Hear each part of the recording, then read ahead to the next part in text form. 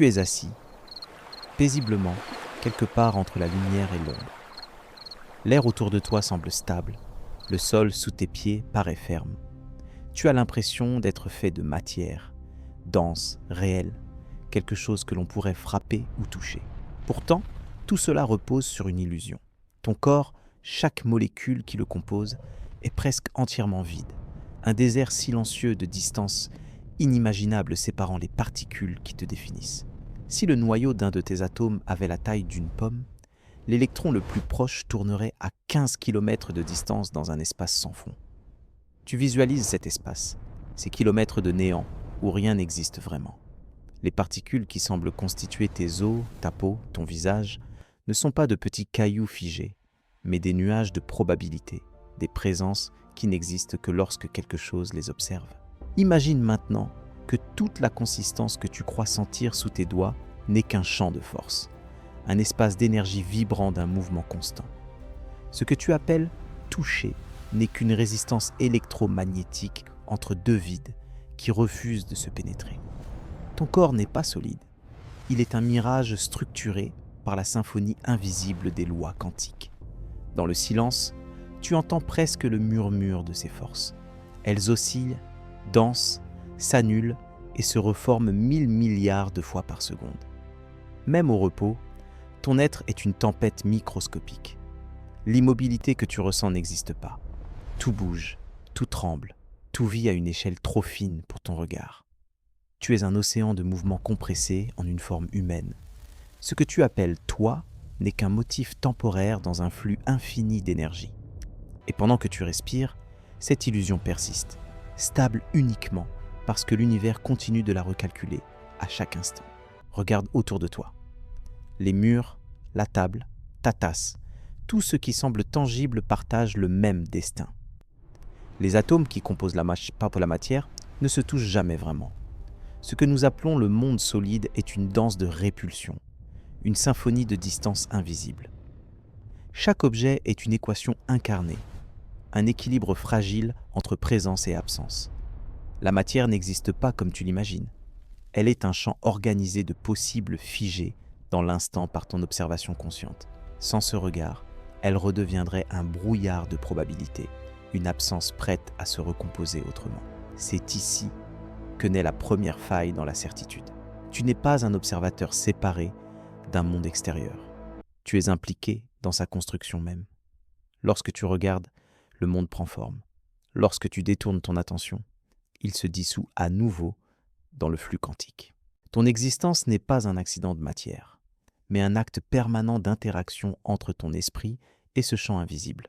Cette idée n'est pas une simple métaphore poétique, mais la conséquence directe des expériences menées depuis plus d'un siècle. Des faisceaux de lumière projetés à travers des fentes, des électrons observés voyageant à la fois par deux chemins différents, des particules qui se décident au dernier moment quand on les mesure. Tu te demandes si tout cela peut être vrai, s'il a elle-même ose vraiment affirmer que le monde ne devient réel que lorsque quelqu'un le regarde. Pourtant, chaque expérience du photon, chaque collision dans un accélérateur, confirme une vérité déconcertante. L'univers ne se comporte pas comme une mécanique bien huilée, mais comme une conscience en dialogue avec elle-même. Les observations ne révélaient pas la réalité, elles la créent. Le réel ne précède pas ton regard, il en découle. Et lentement, l'idée que le monde existe indépendamment de toi commence à se fissurer. Rien n'est stable, rien n'est véritablement en place tant qu'il n'est pas perçu. Le concept même d'objet perd son sens. Ce que tu crois voir, ce que tu crois toucher, n'est qu'une condensation d'informations, comme un écho de ton propre esprit reflété dans le champ quantique. Imagine, un instant, que tout ton environnement soit une projection, une orchestration complexe née de ton interaction avec la trame du possible. Tu touches la table, mais c'est elle qui te touche aussi, car sans ta conscience, elle ne serait qu'une absence potentielle. Ainsi, tout acte d'observer devient un acte de création. Mais pourquoi n'en a-t-on pas conscience si cela est vrai ? Si cela est vrai. Parce que ton cerveau agit comme un filtre, un transformateur de ce chaos quantique en une expérience stable et lisible. Tes sens, tes habitudes perceptives, traduisent l'indéterminé en solide, l'invisible en familier. Le cerveau choisit ce qui doit exister à chaque instant, selon une logique qu'il impose pour assurer ta survie. Tu vis dans une interface, une simulation fonctionnelle qui te protège du vertige de l'infini. Derrière chaque couleur, chaque son, chaque texture, il y a une myriade d'événements quantiques que tu ne perçois jamais directement. Tu habites un filtre, pas le monde lui-même. Lorsque tu marches, tu crois poser un pied sur le sol. Pourtant, aucun contact véritable n'a lieu. Ce sont les champs électromagnétiques des atomes de ton pied et ceux du plancher qui se repoussent. La marche est une danse d'exclusion mutuelle. Tu ne touches jamais rien. Et pourtant, ton cerveau traduit cette répulsion en sensation de solidité. Si ce filtre s'effaçait un seul instant, tu verrais le monde se dissoudre en vibrations. Tu marcherais sur du vide, dans un océan d'énergie indéfinie, où chaque particule flotte dans un éternel jeu de probabilités. Dans cet univers de vide et de force, chaque respiration résonne comme une question. Qu'es-tu dans un tel monde ? Es-tu une collection de particules organisées ou le rêve qui les ordonne ? Si les atomes qui te composent disparaissent à chaque fraction de seconde pour réapparaître ailleurs, qu'est-ce qui persiste ? Ton identité semble alors devenir un motif éphémère dans une mer d'événements. Peut-être n'existes-tu pas en dehors de l'acte même d'être conscient. Et si la conscience, à son tour, n'était pas née de la matière, mais la source silencieuse qui l'a fait émerger ? En observant, tu participes à la mécanique qui soutient ce grand théâtre. Ton esprit est comme une lentille qui condense l'indéterminé en réalité vécue. Chaque pensée, chaque émotion imprime une forme dans ce champ commun. Les physiciens parlent de fonctions d'onde, d'expériences à deux fentes, d'états superposés. Mais derrière le jargon scientifique sommeille une révélation beaucoup plus intime. Tu es le centre d'une création continue. Sans ton regard, sans ta conscience, les électrons resteraient dans l'attente, suspendus entre tous les possibles. Imagine à présent le silence total. Plus de son, plus de lumière, juste le vide et ta conscience comme la seule flamme qui persiste. Que reste-t-il du monde ? S'il n'est plus observé, s'efface-t-il complètement ou continue-t-il dans une version parallèle, indifférente à ton absence ? Ces questions ne sont pas des fantaisies philosophiques, mais des expériences mentales nées de la théorie même qui structure la physique contemporaine. Les chercheurs luttent encore aujourd'hui pour décrire ce qui se passe entre la mesure et le résultat observé. Personne ne sait vraiment où se trouve ce moment où la potentialité devient réalité. Tu ressens peut-être un léger vertige à imaginer que tout ce que tu vois n'est pas aussi stable que tu le pensais. C'est normal. Ta perception du monde repose sur une illusion partagée par des milliards d'autres consciences, une sorte de consensus quantique tacite. C'est cette cohérence collective qui maintient l'apparence solide des choses. Pourtant, les équations sont formelles. La probabilité gouverne tout. Ce que nous appelons matière n'est qu'un équilibre statistique entre l'invisible et le manifesté. Chaque instant est un tirage dans le champ des possibles, redéfini sans cesse par ton regard intérieur. Et si cette illusion avait un sens ? Peut-être que le vide n'est pas absence, mais espace de potentialité pure. Ce néant quantique serait alors plein d'intentions, prêt à devenir forme, mouvement, vie. Le vide qui compose ton corps pourrait être vu non comme un manque, mais comme un champ d'énergie conscient, vibrant d'une intelligence universelle. Dans cette perspective, tu n'es pas un être séparé dans un monde étranger, tu es le monde lui-même, en train de se regarder et de se rêver sous une forme humaine. En ouvrant les yeux maintenant, regarde autour de toi une fois encore. Rien n'a changé, et pourtant tout est différent. Les objets semblent toujours là, mais tu sais que leur présence est le résultat d'un dialogue silencieux entre ton esprit et le tissu quantique du réel. Tu n'es plus un simple spectateur. Tu es partie prenante d'un ballet cosmique où chaque observation devient un acte de création. Et dans ce vertige serein, une question commence à résonner doucement en toi. Si tout cela n'est que vide et information, alors où commence vraiment la réalité ? Peut-être est-elle en toi, depuis toujours, attendant que tu la reconnaisses enfin. Tu regardes le monde et tu crois qu'il obéit à des lois simples, presque évidentes. Un objet tombe, le feu brûle, la lumière éclaire.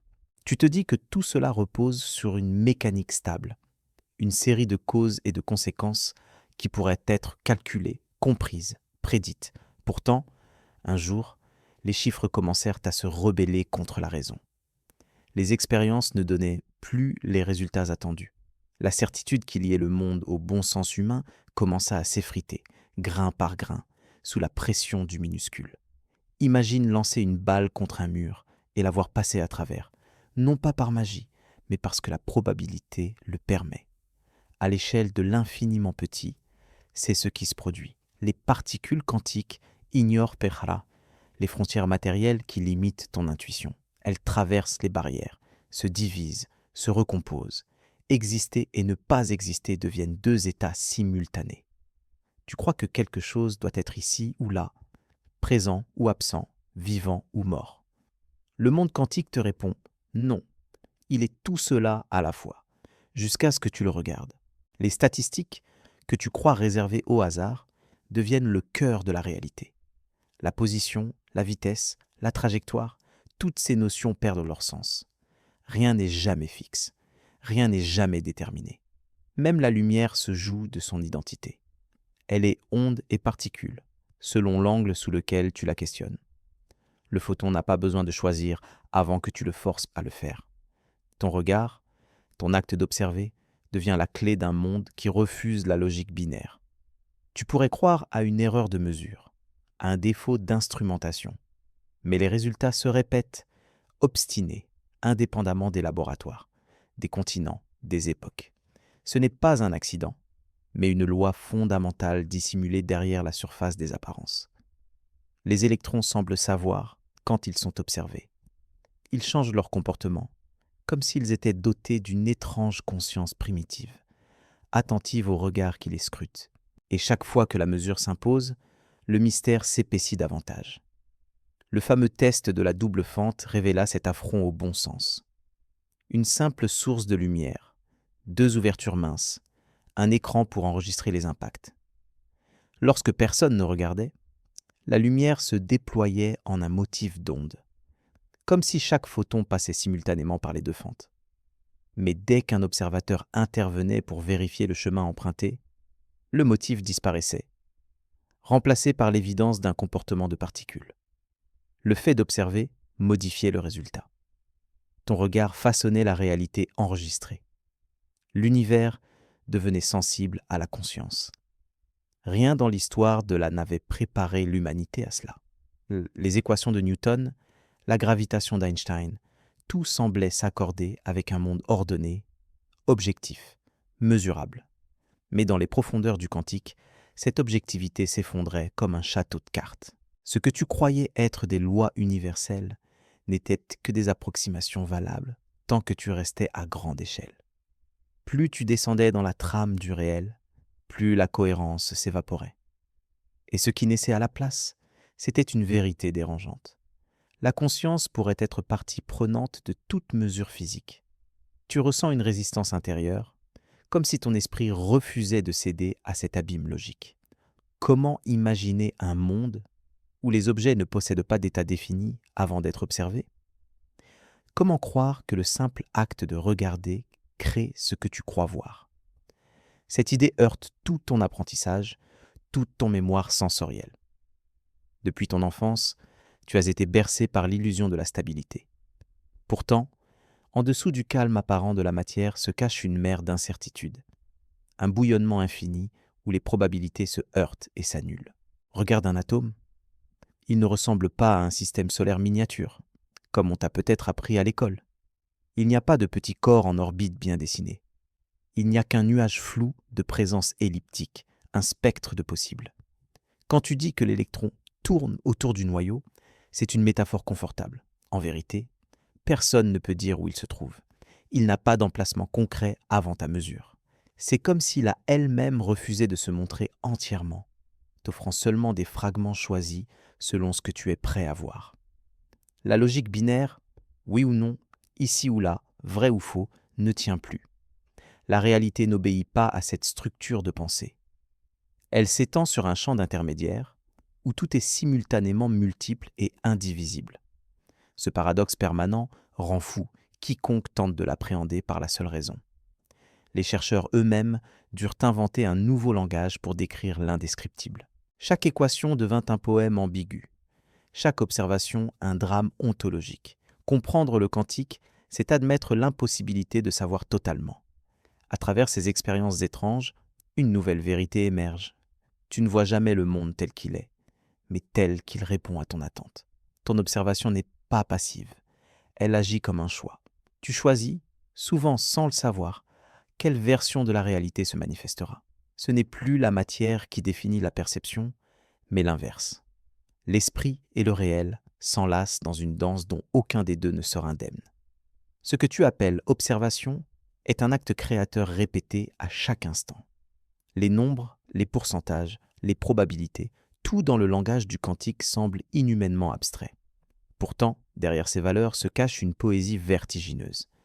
Par exemple, un électron peut avoir 90% de chances d'être détecté ici, mais 10% ailleurs. Cette petite marge suffit à rappeler que rien n'est assuré. Même dans l'univers le plus stable, demeure une incertitude irréductible. Le hasard n'est pas un défaut du monde, il est sa respiration même. Tu te demandes peut-être pourquoi ces révélations ne bouleversent pas davantage notre quotidien. Peut-être parce que nos sens ne sont pas conçus pour percevoir ce chaos fécond. Nous vivons à une échelle où les probabilités semblent se lisser en certitude. Tu vois le soleil se lever, les saisons revenir, les objets obéir aux lois de la gravitation. Ces régularités sont réelles, mais superficielles. Elles masquent la vérité profonde. La stabilité n'est qu'une illusion statistique née du cumul d'événements quantiques incohérents. Ainsi, chaque instant du monde que tu connais n'est qu'un équilibre fragile. À tout moment, l'improbable pourrait prendre le dessus. Mais tu l'ignores, car ton esprit filtre ce qui ne cadre pas avec ton modèle intérieur de réalité.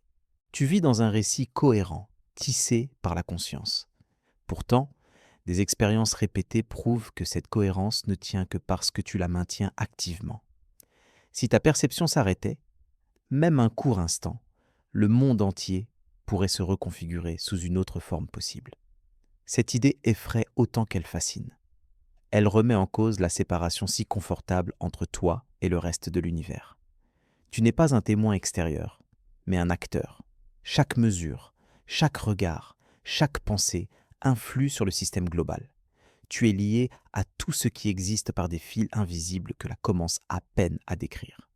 Ce lien subtil te relie aux électrons, aux photons, à l'espace lui-même. L'univers devient un miroir fractal de la conscience qu'il observe.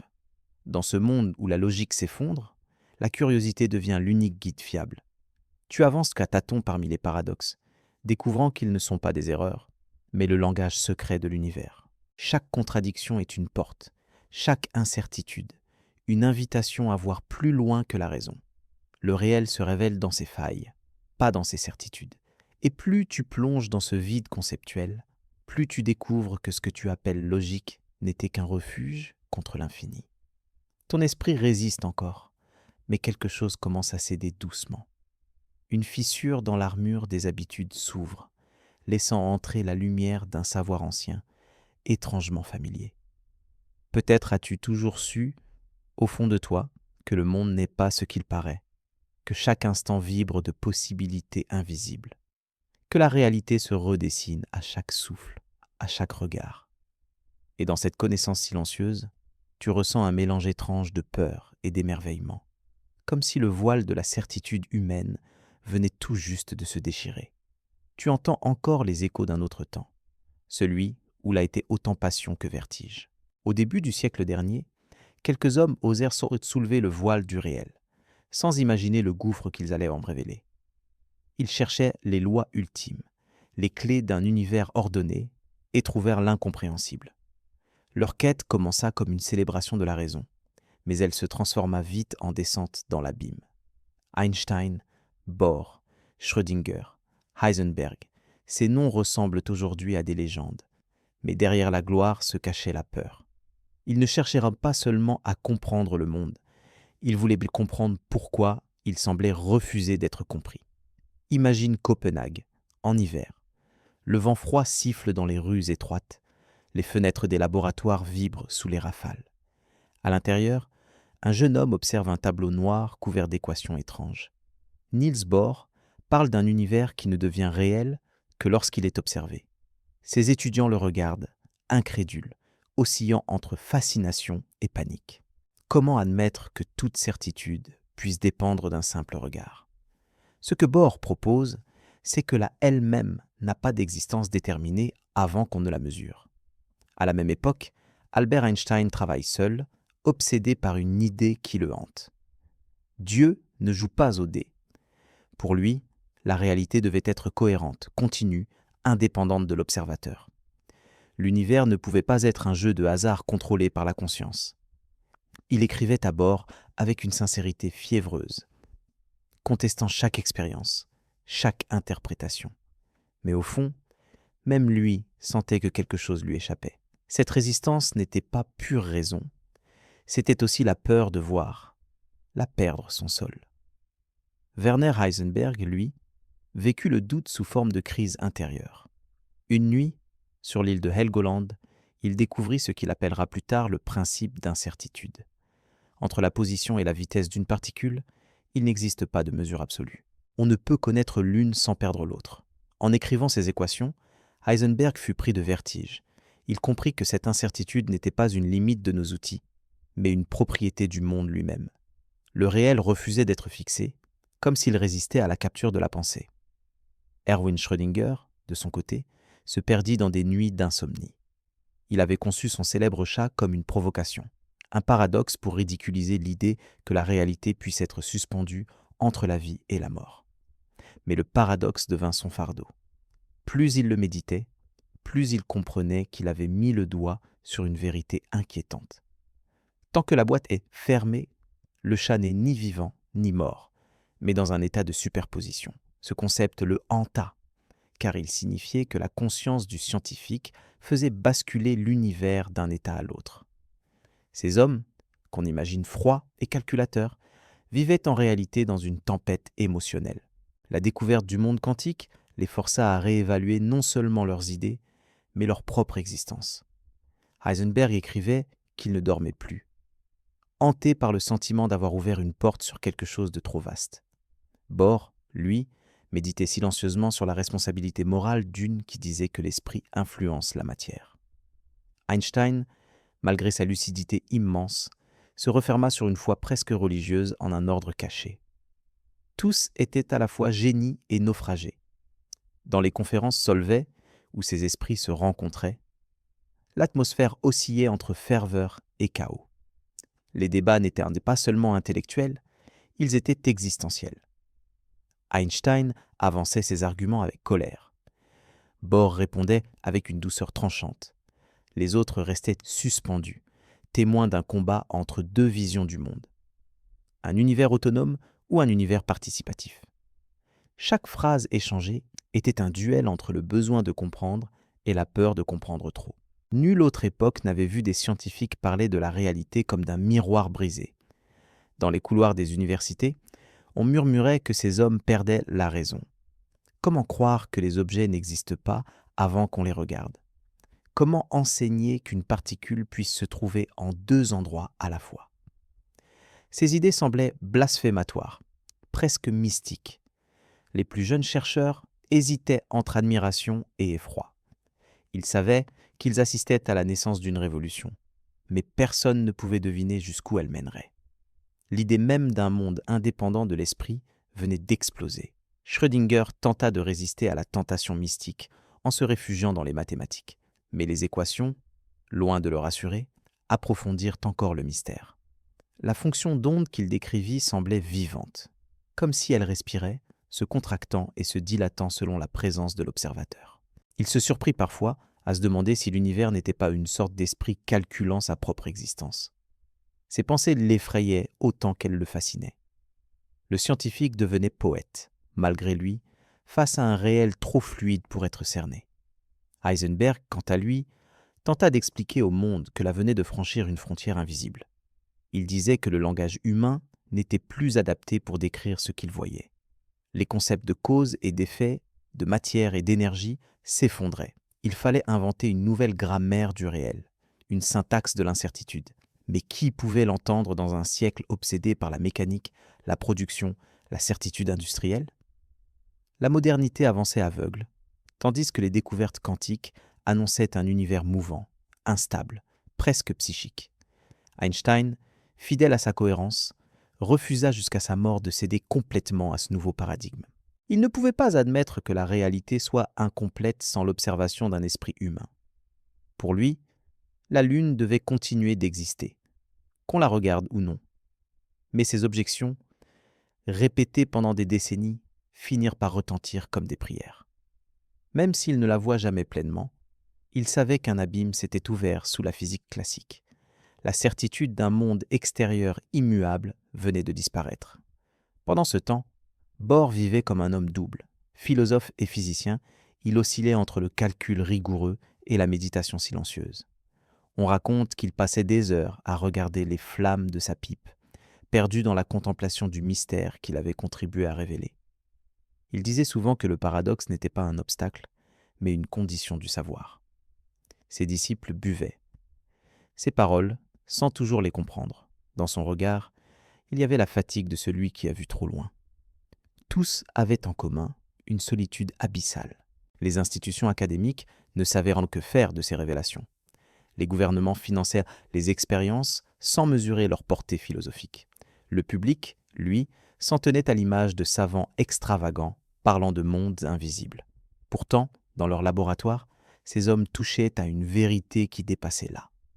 Ils comprenaient que le réel n'était plus un décor, mais un acteur, et cette idée brûlait leurs esprits comme une fièvre sacrée. Au fil des années, plusieurs d'entre eux sombrèrent dans la mélancolie. Bohr devint de plus en plus taciturne. Heisenberg se réfugia dans la musique pour supporter le silence cosmique qu'il percevait derrière les chiffres. Schrödinger s'éloigna vers la philosophie orientale, cherchant un sens que la ne pouvait plus offrir. Einstein, seul dans son bureau à Princeton, continuait à griffonner des équations destinées à réconcilier un monde qui refusait désormais la cohérence. Leurs rêves se transformèrent en prières muettes adressées à l'incompréhensible. Le savoir les avait fait dieux, mais des dieux perdus dans leur propre création. Aujourd'hui, on célèbre leurs découvertes comme des triomphes intellectuels. On oublie souvent la douleur humaine qui les accompagna. Ces hommes avaient entrevu que la matière et la conscience ne sont peut-être que deux faces d'un même mystère. Le prix de cette révélation fut immense. La perte de l'innocence scientifique. Ils ouvrirent la porte d'un univers participatif et ne purent plus jamais la refermer. Et toi, qui écoutes ces mots, tu portes désormais leur héritage, celui des rêveurs de l'impossible, qui ont appris que comprendre le monde, c'est parfois le voir se dissoudre sous leurs yeux. Tout ce que tu croyais solide commence à trembler sous tes pieds. Il ne s'agit plus de simples illusions perceptives, mais de la structure même de la réalité qui se fissure. Ce que les pionniers du siècle dernier avaient entrevu devient désormais une évidence que l'on ne peut plus contourner. Les expériences modernes confirment ce pressentiment terrifiant.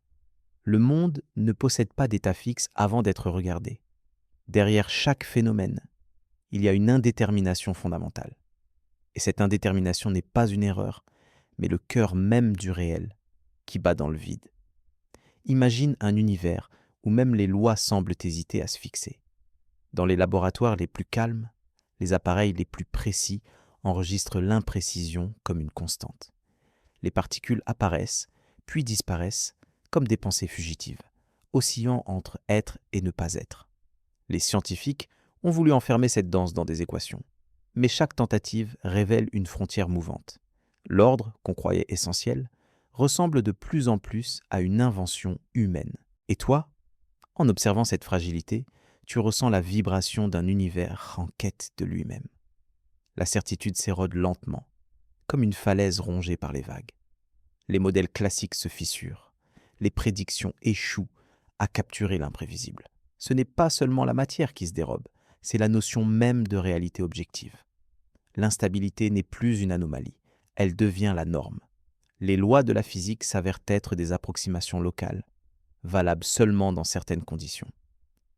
Chaque observation semble écrire une version différente du monde, et il devient impossible de dire laquelle est la plus vraie. Les chercheurs parlent désormais de décohérence, de superposition, de champs unifiés, des mots techniques pour masquer une vérité plus nue. La réalité n'est plus unitaire. Il ne s'agit plus d'un monde unique, mais d'une multitude d'univers potentiels, coexistants, séparés par des probabilités infiniment fines. Ce que tu vois, ce que tu crois vivre, n'est peut-être qu'une branche parmi d'autres. Dans une autre version, ton choix fut différent, ton existence prit une autre forme. Partout, les possibles implosent silencieusement, tissant une trame où chaque instant se dédouble à l'infini.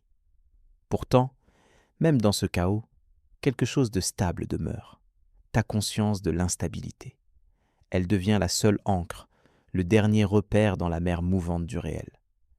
Les physiciens eux-mêmes finissent par l'admettre. Il n'existe aucun observateur neutre.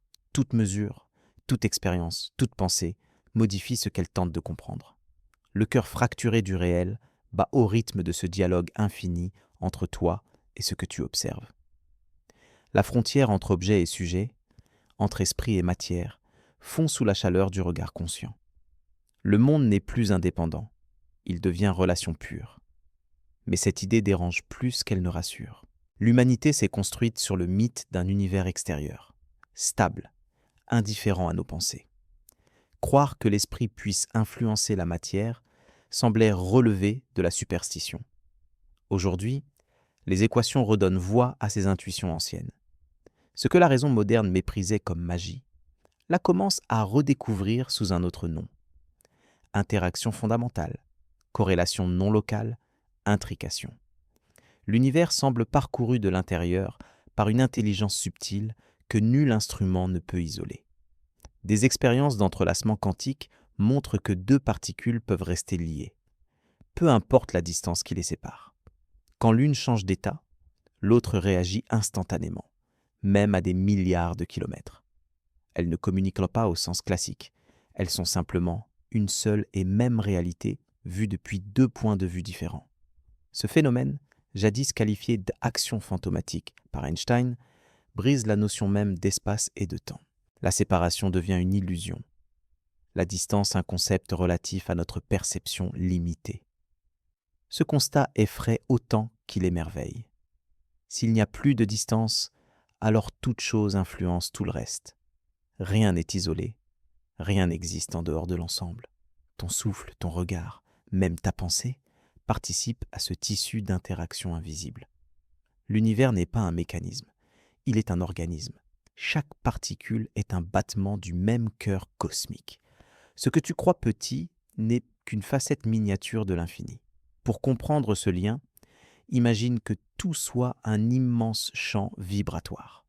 La conscience, la matière, la lumière, tout serait différent état d'une même mer énergétique. Quand tu penses, tu modifies la densité locale de cette mer. Quand tu observes, tu figes une partie de son mouvement. Ce processus se déroule à chaque seconde, partout, inexorablement. Le réel est un mouvement d'équilibre entre ton acte intérieur et la réponse du monde. Et plus tu le comprends, plus tu sens que la séparation entre toi et le cosmos n'a jamais existé vraiment. Les savants cherchent encore à traduire ce mystère avec les armes de la raison. Ils tracent des équations, construisent des accélérateurs, inventent des modèles probables. Mais plus ils s'approchent du fond, plus celui-ci se dérobe. Chaque découverte semble ouvrir 10 mystères supplémentaires. Le réel se défend, comme un secret trop brûlant pour être révélé entièrement. L'esprit humain, dans sa soif infinie de clarté, doit apprendre à aimer l'obscurité de ce qu'il ne peut dominer. Pourtant, dans ce chaos élégamment mathématique, certains perçoivent une cohérence plus vaste. Ce n'est plus une logique linéaire, mais une harmonie organique. Comme si l'univers respirait à travers ses incohérences, cherchant à maintenir l'équilibre entre hasard et intention. Le désordre apparent n'est peut-être qu'un ordre vu sous un mauvais angle. La dualité onde-particule, par exemple, pourrait n'être qu'une perspective partielle d'une réalité unifiée. Ce que nous nommons paradoxes sont peut-être les battements du vivant, exprimés sous forme d'équations. Dans cette vision, le cœur fracturé du réel ne signe pas une défaite, mais une renaissance. Accepter l'incertitude, c'est apprendre à coexister avec la véritable du monde. Le savoir n'est plus domination, il devient participation. Chaque découverte scientifique devient une révélation poétique. La physique cesse d'être une mécanique et devient une métaphysique incarnée. L'esprit moderne, s'il s'y abandonne, peut y trouver la même humilité que celle des anciens mystiques. Mais cette compréhension a un prix. Elle érode les frontières de ton identité. Car si tout est lié, alors où commences-tu et où finis-tu? Tes pensées ne sont plus uniquement toi. Elles deviennent vibrations partagées. La conscience personnelle fond dans la conscience universelle comme une goutte dans l'océan. Ce sentiment d'unité peut rappeler la paix spirituelle, mais aussi la dissolution de soi. L'ego, qui aime les contours nets, se sent menacé par cette immensité fluide. À mesure que tu entres dans cette perspective, tu réalises que la connaissance de soi devient indissociable de la connaissance du monde. La matière, l'énergie, la conscience ne sont plus trois choses séparées, mais trois manières de se percevoir. L'univers se pense à travers toi et tu te réfléchis à travers lui. Le miroir n'a plus de face unique. L'observateur et l'observé sont les deux pôles d'une même respiration. Et chaque instant où tu en prends conscience, le réel se recompose autour de ce regard éveillé. Le cœur fracturé du réel, c'est le battement du mystère à la frontière de l'art et de la poésie. C'est le son silencieux du monde qui s'écoute lui-même. Ce n'est pas une anomalie à corriger, mais une invitation à comprendre que la cohérence naît du désordre. À mesure que la physique explore ces zones d'incertitude, elle retrouve paradoxalement le langage des anciens sages. Ce que la pensée analytique appelle contradiction, la conscience l'appelle complémentarité. Là où la raison échoue, l'émerveillement commence. Et maintenant que tu sais cela, tu ressens peut-être une étrange paix traversée d'inquiétude. Tu comprends que la plus avancée rejoint la sagesse la plus ancienne. Le monde n'est pas fixe, il est un dialogue permanent entre l'être et le regard. Chaque mesure, chaque vibration, chaque souffle participe à une symphonie que nul ne dirige vraiment. Accepter cette vérité, c'est vivre dans le mouvement du vide rempli d'intention. Le cœur du réel est fracturé, mais c'est dans ces fractures que circule la lumière. C'était un matin comme les autres, dans un laboratoire si silencieux qu'on pouvait entendre le souffle des machines. Rien ne laissait présager que le monde allait changer, que la logique elle-même allait plier sous le poids d'un regard. Sur une table isolée, un faisceau de lumière fut préparé, ajusté, fragmenté en deux chemins. Des instruments ultra précis attendaient, comme suspendus dans une attente métaphysique. Les chercheurs, immobiles, semblaient partager le même souffle que les particules qu'il allait libérer. Ce jour-là, l'univers s'apprêtait à s'observer lui-même, à briser une fois de plus la frontière entre le regardant et le regardé. Le principe était simple, du moins en apparence. Envoyer un seul photon à travers un dispositif et observer comment il se comporte. Mais la simplicité n'est devenue qu'un masque pour un drame cosmique. Quand le photon traverse, il se divise. Ou plutôt, il cesse d'appartenir à une seule trajectoire. Il devient vague, onde, présence dilatée à travers l'espace. Puis, au moment où quelqu'un décide de le mesurer, il choisit brutalement un seul chemin, comme s'il savait qu'il était observé. Le monde était désormais bouleversé par un acte aussi minuscule qu'un clignement de conscience. Les yeux des chercheurs fixèrent les écrans où défilaient des signaux presque imperceptibles. Clic, silence, autre clic. Un motif commençait à apparaître, un dessin récurrent gravé par les photons sur une plaque sensible. Ce dessin n'était pas aléatoire. Il portait la signature de l'invisible. Sans observation directe, les interférences prenaient forme, comme si la lumière se comportait en onde. Mais dès que l'œil humain entrait en scène, le motif basculait, devenait celui de particules séparées. L'univers modifiait son comportement selon la présence ou l'absence du regard. Les physiciens n'osaient pas le dire à haute voix, mais chacun d'eux sentait qu'un point de non-retour venait d'être franchi. Depuis toujours, là se voulait le miroir objectif du monde. Elle observait, analysait, mesurait. Et voilà que l'objet d'étude semblait répondre consciemment, comme s'il savait qu'on le regardait. Ce n'était plus simplement une anomalie expérimentale. C'était un aveu du cosmos. L'observateur n'est jamais extérieur à ce qu'il observe. La conscience venait d'entrer officiellement dans l'équation du réel. Pourtant, les cerveaux rationnels cherchaient encore une échappatoire. Peut-être un défaut dans les instruments, une influence thermique, une erreur de calcul.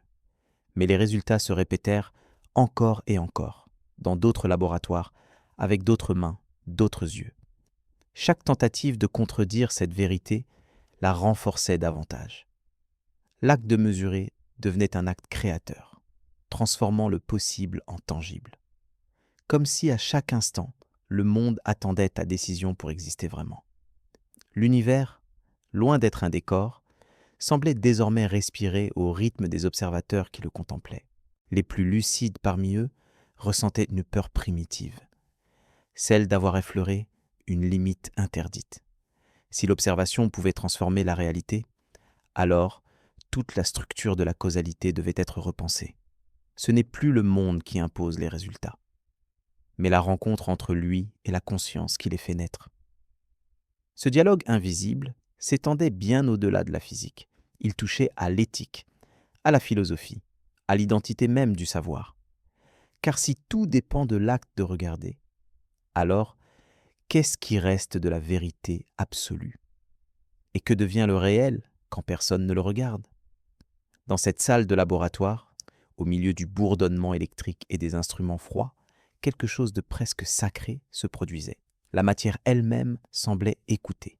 Chaque photon, chaque atome, chaque champ vibrait comme s'il répondait à une présence. L'univers n'était plus un mécanisme, mais une intelligence diffuse, une conscience en miroir. L'observateur n'était plus un être séparé, mais une fonction du tout. Et dans cette reconnaissance implicite, l'univers s'est regardé lui-même à travers les yeux de l'homme. Le temps semblait suspendu. Les visages des chercheurs étaient pâles, leurs pupilles dilatées par l'étrange vertige de ce qu'ils venaient de voir. L'expérience, qui devait être un simple test, avait glissé vers l'inexplicable. L'esprit scientifique peinait à respirer dans cet espace où le réel changeait de sous la simple influence d'un témoin conscient. Certains parlèrent de miracles, d'autres d'illusions. Mais tous savaient qu'ils venaient de franchir le seuil d'un mystère qui les dépassait. Ce jour marqua le moment précis où la toucha du doigt l'esprit. Derrière le calme apparent de ces expériences se cachait une tension presque mystique. L'univers devenait participatif, jouant le rôle de complice silencieux de chaque mesure humaine. Quand personne ne regarde, il danse en superposition. Quand on le regarde, il choisit un rôle. Entre ces deux états se trouve peut-être le secret de l'existence. La respiration entre le connu et l'inconnu. Cette oscillation donne au monde sa texture, sa musique silencieuse. Tu vis dans ce va-et-vient perpétuel entre le chaos des possibles et la clarté de ton regard. Certains scientifiques commencèrent à murmurer l'impensable. Et si la conscience et la matière n'étaient pas deux réalités distinctes, mais deux aspects d'un même principe? Cette idée, choquante pour l'époque, se glissa discrètement dans les discussions des conférences. Car si observer, c'est créer, alors la réalité n'existe pas sans relation. L'univers devient une histoire racontée collectivement par tous les regards qui s'y posent. Ce que tu vois n'est qu'une version de la grande narration cosmique, et chaque instant te transforme à la mesure de ta propre attention. Les implications dépassaient de loin la physique expérimentale. Si tout dépend de l'observateur, alors son état intérieur compte autant que son regard. Une émotion, une intention, une simple pensée pourrait, à une échelle subtile, influencer le résultat. Ce n'était plus un monde de causes linéaires, mais un champ vivant d'interactions réciproques. La responsabilité devenait immense. Chaque observation est un choix métaphysique. Chaque instant, une prière silencieuse que l'univers écoute avant de répondre. Le réel devenait dialogue plutôt que décor. Dans ce nouvel univers, la séparation entre sujet et objet disparaît comme une illusion d'optique. Tu n'observes plus un monde extérieur. Tu participes à son pied progressif à son déploiement. Ta conscience agit comme une lentille qui ordonne le chaos des probabilités.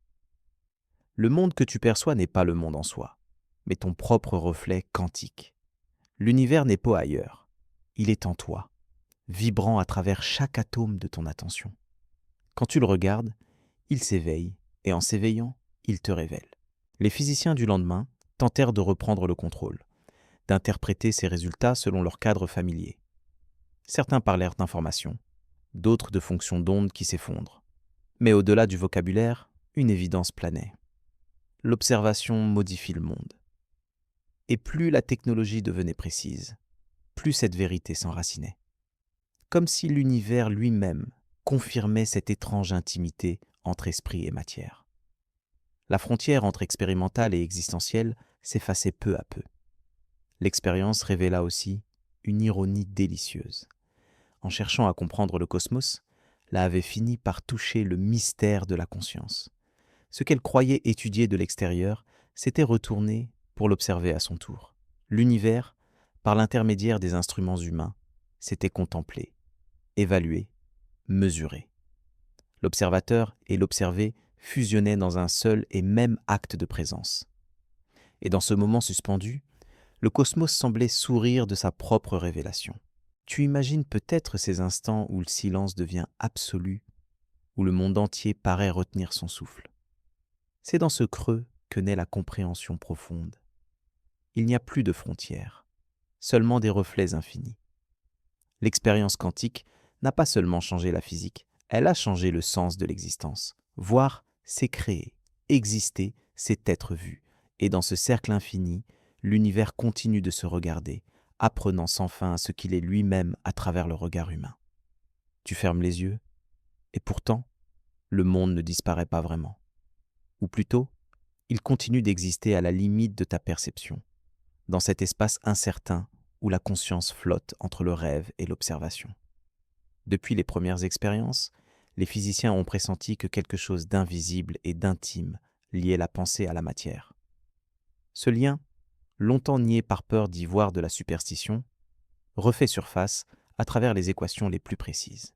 Car dans le miroir du monde quantique, c'est toujours la conscience qui regarde, se reflétant dans ses propres créations. Et dans ce reflet, la frontière entre le sujet et l'objet disparaît comme une brume matinale.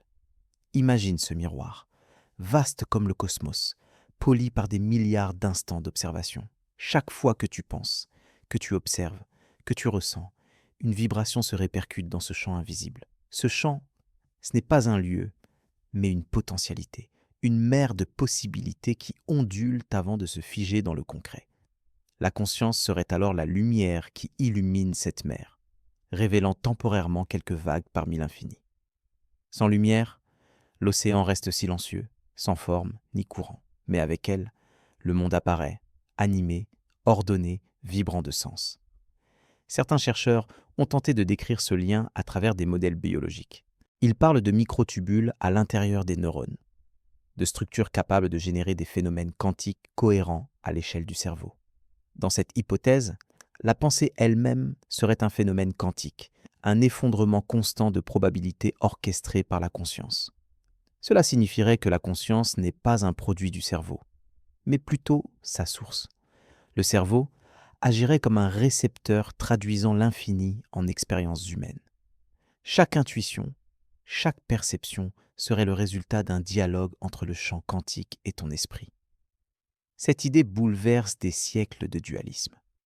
Car si la conscience est une dimension fondamentale du réel, elle n'est plus un effet secondaire de la matière, mais sa cause première. Ce que tu crois être un flux de pensée interne serait peut-être une interaction avec l'univers lui-même.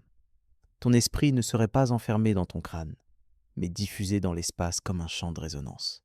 Tu ne penserais pas le monde, tu l'écoutes penser à travers toi. Et dans ce murmure, il t'invite à te reconnaître comme participant à sa propre genèse. Pourtant, accepter cela demande de renoncer à la frontière rassurante entre dedans et dehors. Tu n'es plus un observateur regardant le monde depuis une distance convenable. Tu es une interface, une zone d'échange où l'immatériel devient tangible.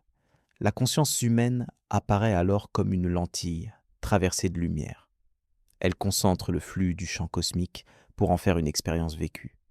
Chaque être conscient, dans ce cadre, devient un miroir partiel de la totalité universelle. La physique quantique t'offre une révérence discrète à travers ces paradoxes. Les particules jumelles, ces entités intriquées, semblent se parler à travers l'espace comme si elles partageaient une même pensée. Leur réaction instantanée, même séparée de milliers de kilomètres, suggère que l'univers conserve un souvenir global de lui-même. Ce souvenir pourrait être la conscience, agissant comme une mémoire en arrière-plan, reliant chaque fragment du réel. Il n'y aurait plus de séparation véritable, seulement des intensités différentes d'un même champ de lucidité. Chaque être, chaque chose, participerait à cette mémoire vivante du tout. Tu commences à comprendre que cette conscience n'est pas individuelle, mais collective. Comme une mer de lumière, elle se diffracte en innombrables vagues, chacune croyant être séparée, alors qu'elles appartiennent toutes à la même source. Quand tu penses, d'autres parties du cosmos résonnent avec toi. Quand tu ressens de la peur, le monde entier frémit légèrement. La conscience universelle baigne dans nos pensées comme l'eau entoure les poissons. On ne la voit pas, mais on ne peut jamais la quitter. Exister, c'est simplement flotter en elle. Certaines traditions spirituelles ont toujours parlé de ce champ unitaire sans le nommer. Elles disaient que toute chose est une expression d'un même esprit, que l'individu n'est qu'une onde dans l'océan de la vie. Aujourd'hui, la redécouvre ce langage sous le masque des équations. Les chercheurs appellent à cela cohérence, intrication, non-localité. Les anciens l'appelaient simplement unité. Deux langages pour décrire la même expérience, celle d'un univers vivant qui s'explore à travers ses propres pensées. Mais cette idée soulève un vertige. Si la conscience est réellement primaire, alors tout ce que tu crois connaître pourrait être le fruit de son rêve. Chaque galaxie, chaque corps, chaque regard serait une variation dans ce songe cosmique. Tu n'aurais jamais quitté l'esprit universel. Tu serais une de ces images fugaces, consciente d'elle-même. L'univers ne se contenterait pas d'exister, il se raconterait.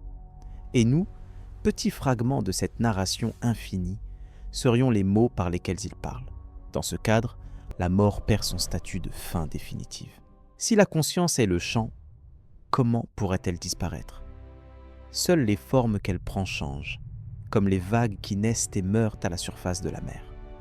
Ton identité, ce que tu appelles « moi », serait une configuration temporaire d'énergie. Lorsqu'elle se dissout, le champ qui l'a porté continue de vibrer ailleurs, autrement. Ce que tu perds en forme, tu le retrouves en présence. Les expériences de pensée menées dans ce domaine aboutissent à la même énigme. Où s'arrête la conscience ? Chaque fois qu'on la mesure, elle semble s'étendre davantage, incorporant toujours plus d'éléments de la réalité. Elle englobe le corps, puis le monde extérieur, puis jusqu'aux lois qui régissent ce monde. Certains physiciens commencent à dire qu'il n'y a pas de frontière fixe entre ce que nous appelons mental et ce que nous appelons matériel. L'un se condense en l'autre selon le degré d'attention. Le réel devient alors un continuum de conscience condensée. Ce miroir quantique dans lequel la conscience se contemple n'est pas seulement scientifique, mais existentiel. Il nous renvoie la responsabilité de la création du monde que nous percevons. Si ton observation donne forme au réel, alors chaque croyance, chaque pensée, chaque émotion devient une équation vivante. Tu portes en toi le pouvoir de définir la version de l'univers dans laquelle tu vis. Ce principe, loin d'être mystique, découle logiquement des phénomènes observés. Regarder, c'est ordonner le chaos. Ignorer, c'est le laisser redevenir fluide. À mesure que tu contemples cette perspective, tu sens peut-être la fragilité absolue de ce que tu appelles réalité. Tout repose sur un équilibre de conscience, sur une attention partagée. La matière se maintient tant que la conscience la traverse. Si ce regard disparaissait, tout retournerait à la potentialité. Cette idée pourrait effrayer, mais elle contient aussi une beauté. Rien n'est jamais perdu, car tout peut être recréé. La conscience est la réserve inépuisable du possible. Alors te voilà devant le miroir. Tu n'y vois pas seulement ton reflet, mais la trace du cosmos qui a pris ta forme pour s'observer. Chaque pensée que tu as jamais eue est une onde propagée dans l'ordre universel. Tu n'as jamais été seul, parce que ton esprit est l'écho exact de la conscience cosmique. Le monde extérieur, dans sa splendeur et son mystère, n'est autre qu'un regard tourné vers lui-même. Le miroir quantique ne renvoie pas ton image, mais celle de l'univers découvrant sa propre lumière. Et si tu oses aller plus loin, tu comprendras que ce miroir n'a jamais été en dehors de toi. C'est dans ton silence intérieur que les particules trouvent leur place. Dans ton attention, que le monde se stabilise. La conscience n'a pas besoin de preuves pour exister. Elle est la preuve. Tout ce que tu vois, tout ce que tu ressens, est son expression momentanée. À travers ton regard, l'univers se reconnaît et dans ce regard, il recommence éternellement à exister. Le silence après la révélation était presque insoutenable. Les chercheurs, autrefois sur deux, fixaient leurs instruments comme s'ils les voyaient pour la première fois. Là avait voulu percer le mystère de la matière, et c'est la conscience qu'elle avait trouvée au fond de ces équations. Ce n'était plus simplement un domaine de recherche, mais un abîme ouvert sous leurs pieds. L'univers, en se révélant comme miroir, avait fait disparaître toute frontière entre l'intérieur et l'extérieur. Et à travers cette brèche lumineuse, un savoir étrange, presque interdit, commençait à émerger. Ce savoir ne s'écrit pas, il se ressent. Il s'insinue dans l'esprit comme une évidence dérangeante, une sorte de mémoire oubliée. La vérité était trop vaste pour être formulée, trop intime pour être partagée sans frisson. Chaque scientifique touché par cette prise de conscience ressentit un malaise profond, une espèce d'éblouissement douloureux. Comprendre que la réalité dépend de la conscience, c'est admettre que la responsabilité ultime repose sur le regard. Le monde entier devenait une projection de l'acte d'observer, et nul ne pouvait prétendre en être seulement spectateur. Au fil des années, certains tentèrent de fuir cette vérité. Ils la dissimulèrent sous la neutralité des équations, préférant parler de probabilité plutôt que de conscience. Mais les équations, en silence, disaient de plus encore qu'eux. Elles suggéraient une unité sous-jacente, un principe vivant qui accompagne chaque mesure. D'autres tombèrent dans la fascination mystique, voyant dans là un tremplin vers la transcendance. Entre ces deux extrêmes, la physique perdit son innocence, et les hommes qui la portaient leur sommeil. Des témoignages oubliés racontent les insomnies, les cauchemars, les crises existentielles qui enterrent ces pionniers. Certains étaient persuadés que l'humanité n'était pas prête à entendre que la matière obéit à l'esprit. D'autres pressentaient que cette découverte, si elle était comprise trop vite, pourrait devenir une arme. Car celui qui sait que sa conscience crée la réalité risque d'y chercher le pouvoir plutôt que la sagesse. Et le pouvoir, dans un monde d'illusions malléables, devient un vertige sans fin. C'est pourquoi beaucoup choisirent le silence, laissant ce savoir tapi derrière la façade rassurante des manuels académiques. Ce savoir interdit ne concernait pas seulement la physique, mais la condition humaine entière. Si la conscience est le fondement de tout, alors chaque pensée, chaque émotion en devient un acte créateur. L'univers cesse d'être une scène pour devenir une œuvre en cours, où chaque être participe inconsciemment à la composition. Les frontières entre imaginaire et réel s'effacent. Ce que tu redoutes finit souvent par prendre forme, tout comme ce que tu espères attire à lui la matière nécessaire. Le cosmos répond en miroir, indifférent à la de ton intention.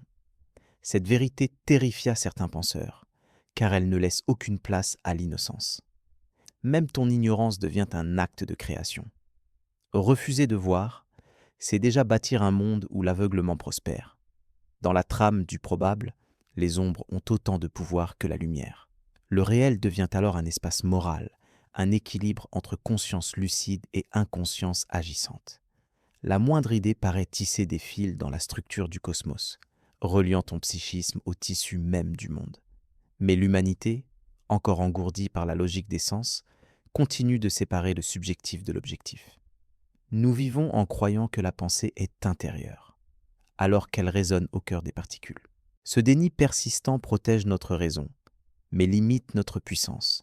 Il empêche de comprendre pourquoi certaines expériences de conscience, comme la méditation, la prière ou l'intuition, semblent influencer la réalité mesurable. Les anciens avaient pressenti cette unité, mais sans la formaliser. Aujourd'hui, la moderne s'en approche à pas feutrés, consciente du précipice qui s'avance devant elle. Il existe dans cette équation un paradoxe douloureux. Plus nous comprenons le rôle de la conscience, plus il devient difficile de maintenir l'illusion de stabilité.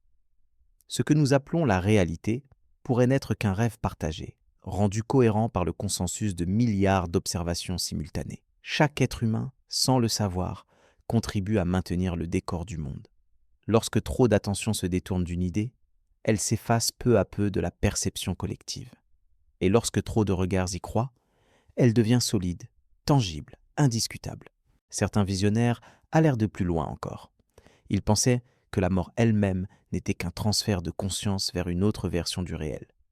Si l'univers se déploie en probabilité infinie, pourquoi l'existence ne se poursuivrait-elle pas dans une autre branche du possible? La mort ne serait alors qu'une translation de perspective, un changement de fréquence dans le champ de la conscience. Rien ne s'achève, tout se transforme, tout persiste sous une autre forme d'observation. L'immortalité ne serait pas un miracle, mais une conséquence logique du tissage infini des mondes parallèles. Cette conception enchantée du réel n'exclut pourtant pas son prix. Voir l'univers comme conscience exige de ne plus se cacher derrière le hasard. Chaque douleur, chaque souffrance devient un message du champ lui-même. Tu ne peux plus fuir ta responsabilité dans le drame du monde, car il se joue à l'intérieur de toi. Comprendre cela peut libérer ou détruire selon la maturité du regard. Certains y trouvèrent la paix, d'autres sombrèrent dans la folie de leur propre grandeur. Les éclats du savoir interdit brillent comme des fragments d'un miroir brisé. Chacun y aperçoit une vérité différente. Aucun ne peut en saisir le tout. Les religions, la philosophie, l'art, chacun tente d'en recomposer l'image, mais aucune ne possède le cadre complet. Ce savoir exige un abandon, une humilité devant l'inconnaissable, car la conscience ne se prouve pas, elle s'éprouve, et ceux qui l'approchent vraiment en ressortent toujours changés, parfois consumés par la lumière qu'ils ont touchée. Dans l'ombre de ces révélations, certains physiciens se retirèrent du monde, hantés par la sensation d'avoir ouvert une porte inachevée. Ils savaient que derrière leur découverte sommeillait un secret capable de bouleverser la civilisation entière. Si la conscience est la clé du réel, alors la guerre, la haine, la peur ne sont plus des fatalités, mais des créations collectives. Il suffirait de changer la conscience pour réécrire le monde. Cette idée, belle en théorie, devient vertigineuse quand on comprend qu'elle inclut aussi le pire. Le savoir interdit repose donc sur une ambivalence irréductible. Il peut libérer ou asservir, éveiller ou détruire. En comprenant que tout dépend du regard, l'humanité touche à la divinité sans en avoir la sagesse. La frontière entre créateur et création se brouille. Le monde devient un miroir dangereux, reflétant tantôt la lumière, tantôt les ténèbres de ses observateurs. Et dans ce reflet, nous apercevons notre double, un univers qui attend de savoir ce que nous voulons devenir. À présent, imagine que tu te tiens devant cet abîme de possibles. Tu sens le poids des choix silencieux qui sculptent ton monde à chaque instant. Le vide te contemple avec douceur, prêt à prendre la forme de ta prochaine pensée. Rien ne t'impose quoi que ce soit. Le réel n'est qu'une invitation. Le cosmos n'obéit pas, il répond. Et c'est à travers cette réponse qu'il continue de se rappeler qu'il est vivant. Peut-être est-ce là le véritable savoir interdit. Comprendre que tu n'as jamais été séparé du tout. Que le monde que tu cherches à comprendre te regarde aussi, attendant que tu le rêves plus grand, plus aimant, plus lucide. La physique, au fond, n'a pas découvert un mécanisme, mais une intimité. L'univers te traverse, et tu le traverses, dans une boucle infinie de regards entrecroisés. Tout est là, dans cet espace invisible entre ce que tu perçois et ce que tu crées. Et dans ce silence vibrant, tu entends enfin le secret que tous taisaient. Tu es le témoin, le rêve et le rêveur.